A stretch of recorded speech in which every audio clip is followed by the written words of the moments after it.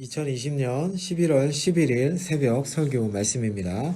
역대하 8장 17절에서 9장 12절까지 말씀, 하나님을 드러내는 지혜, 하나님을 드러내는 지혜라는 제목으로 새벽 말씀 보도록 하겠습니다. 자, 솔로몬이 예루살렘 성전과 관계된 모든 것들을 완성하자마자 해상 무역의 활로를 열어 경제적인 부흥을 이제 얻게 됩니다. 17절에 보시면 에시온 게벨과 엘롯이라는 지명이 나옵니다. 이 지역들은 상업적으로 중요한 항구 도시입니다. 아프리카와 해상 무역이 활발하게 이루어지고 아시아에서 가장 큰 동제련소가 이곳에 있었다고 합니다.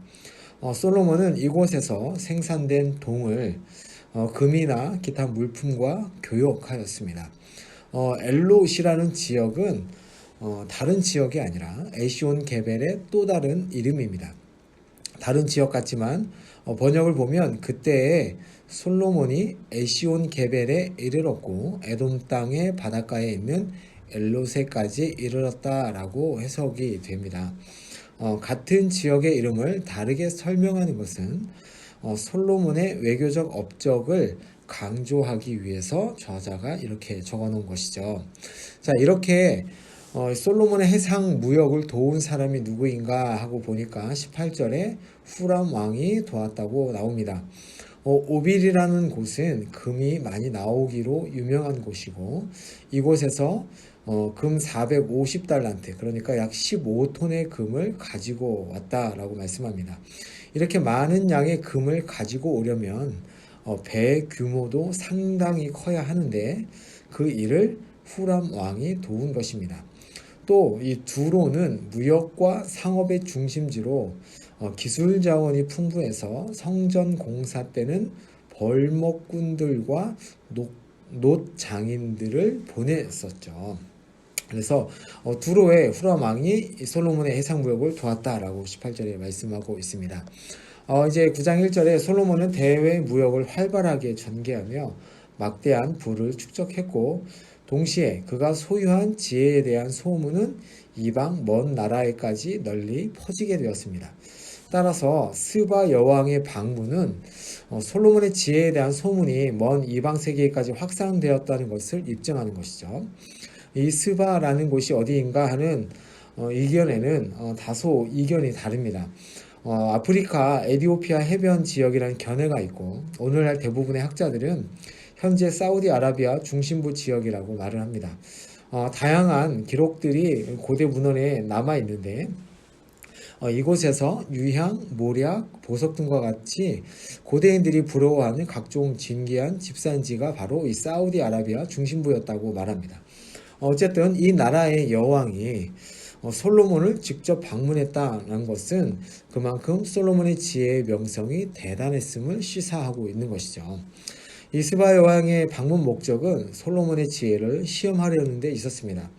단순히 솔로몬의 지혜를 시험하기 위해서 2,400km가 넘는 거리를 온 것이 아니라 두로까지 가기 위해서 솔로몬이 장악하고 있던 육상 무역로를 통과하기 위해 교역상의 문제를 해결하기 위해 계산을 그렇게 하고 있었던 것이죠. 오늘 말씀에는 그 의도를 말하고 있지는 않습니다. 그런데 저희가 가만히 보면 그런 의도를 가지고 계산을 가지고 이 스바 여왕이 왔다고 할 수도 있는 것이죠. 자, 이 여왕의 일행의 수가 엄청 많고 또 많은 향품과 금과 보석을 가지고 옵니다. 그리고 솔로몬에게 어려운 질문들과 함께 만물의 원리와 정치, 종교, 문화를 총망라하는 광범위한 내용들을 솔로몬과 이제 대화하였다라고 오늘 본문에 나와 있습니다. 자, 솔로몬은 이 스바 여왕의 모든 질문에 이제 막힘이 없이 확실하게 대답을 한다고 2절에 얘기하고 풀지 못하는 문제가 하나도 없다라고 말씀합니다. 또 이 스바 여왕은 이 솔로몬의 궁을 보고 경탄을 하는데요. 3절과 4절이죠. 솔로몬이 거주하는 궁을 보니까 솔로몬의 지혜가 그 궁에 반영되었고 그 화려함과 정교함에 여왕은 놀라게 됩니다. 또 그 상의 음식물, 왕국의 경제력을 가늠하는 수단이 바로 상의 음식물이라고 할 수 있는데, 그 음식물과 신하들의 도열과 또한 신하들이 입은 옷에 놀랍니다. 수종드는 자들이 질서 있는 모습으로 봉사하는 모습에 대해서 감동을 받았을 뿐만 아니라 그들의 신분에 비해 너무나 값비싼 제복을 갖추었음에 스바와 여왕이 놀랍니다. 술 맡은 관원에 놀라는데, 그리고 또 올라가는 층계를 보고 놀랍니다. 술 맡은 관원에 놀라는 것은 왕이 신뢰하고 맡길 수 있는 이러한 신하들이 있는 것을 보고 놀라는 것이죠.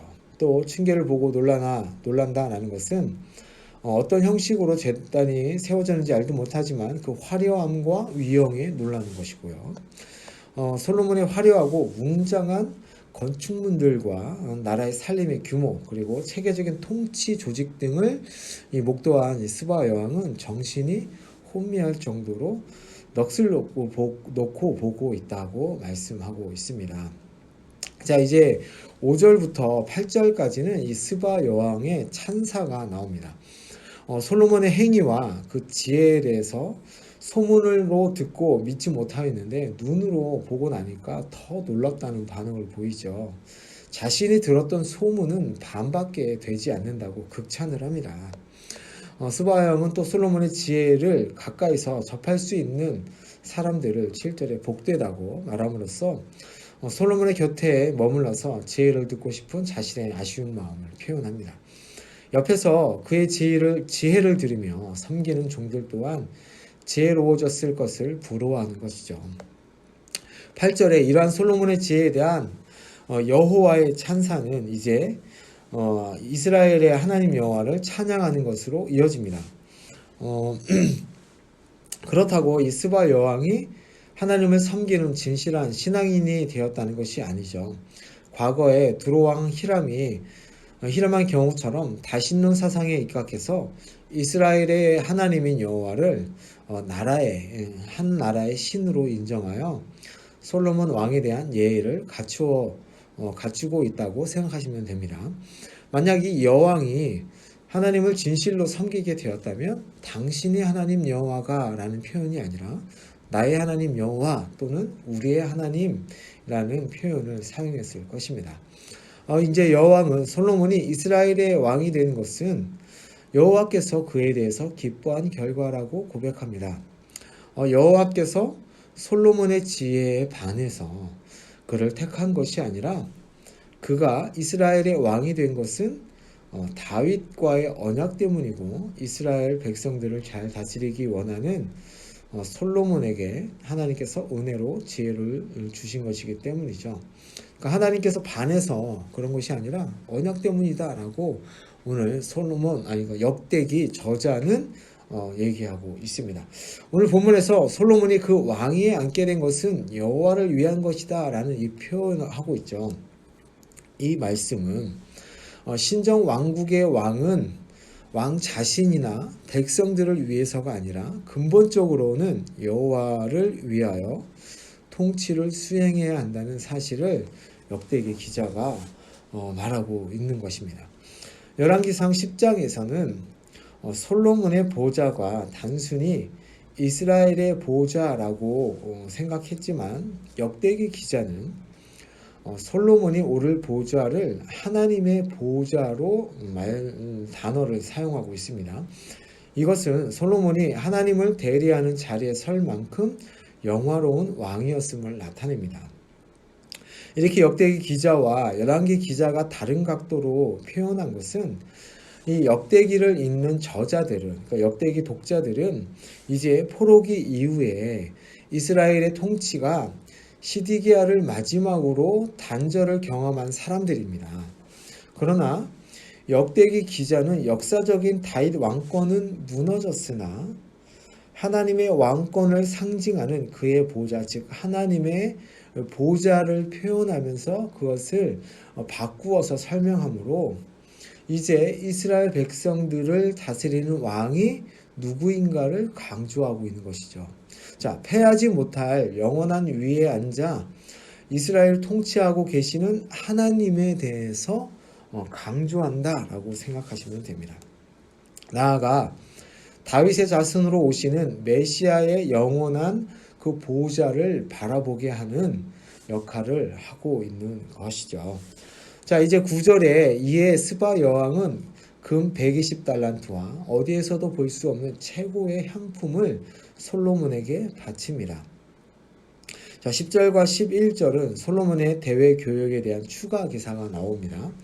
우리 성경 한글 개역 성경에는 괄호를 쳐놨죠. 굳이 안 넣어도 되거나 필요 없는 부분이나 생각해서 괄호를 넣은 것인데요.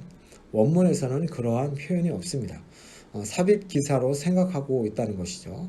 스바 여왕 이전부터 솔로몬이 대외 무역을 통하여서 부를 축적하였음을 보여주는 삽입 기사라고 생각하시면 됩니다. 여기에 나오는 백단목이라는 나무를 사용하여서 여호와의 전과 궁전을 만들었던 사람이 이전에는 없었다고 말하죠. 솔로몬이 그렇게 화려하게 만들었다고 말씀합니다. 자, 이제 12절 마지막 말씀 말 9절인데요. 스바 여왕이 가져온 만큼 다른 것을 솔로몬이 여왕에게 답례합니다. 외국 사절이 보낸 선물에 대해 거기에 상당하는 예물로 보답하는 것이 이때 고대의 관습이었기 때문에 그렇게 답례를 하죠. 또 스바 여왕이 소원하는 대로 구한 것을 주었다라고 말씀하고 있는데요. 솔로몬은 공식적으로 답례했을 뿐만 아니라 그 외에도 더 큰 호의를 베푼 것으로 기록합니다. 이 부분도 열왕기와 다른 의미를 지니는데요. 열왕기 기자는 이러한 솔로몬의 호의적인 행동을 이방 여인들을 기쁘게 함으로 하나님을 떠나게 되는 전조로 제시하였는데 오늘 역대기 기자는 다만 솔로몬 왕의 후덕한 모습이 왕국 번영의 절정을 상징하는 것으로 묘사하고 있습니다. 자, 이렇게 해서 오늘 본문을 마치게 되는데요. 말씀을 정리하겠습니다. 하나님께서 주신 솔로몬의 지혜와 불기 영화는 국제 무역에서도 이제 증명이 됩니다. 성전 건축 준비와 실행을 도왔던 후람이 이번 무역에도 협력을 합니다. 하나님께서 세상 모든 영역의 주인이시니 그분이 주시는 지혜는 모든 영역에서 발휘가 되는 것입니다.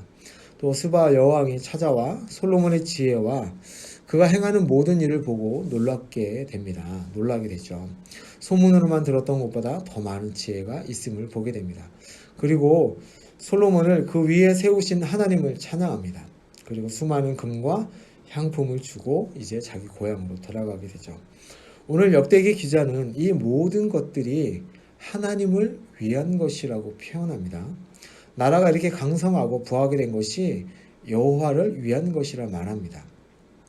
이 역대하를 읽는 저자들에게 시디기야를 끝으로 다윗 왕조가 끝난 것 같아 보이지만 하나님께서 여전히 그 보좌에서 이스라엘을 통치하고 계심을 말하고 있습니다.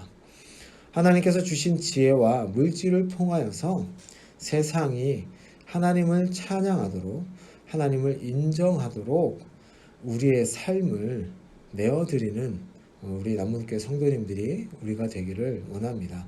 오늘 말씀을 기억하시면서 우리에게 주신 그 지혜와 모든 것들이 하나님을 위한 것이라는 것을 기억하고 살아가는 여러분이 되시기를 예수님의 이름으로 축복합니다.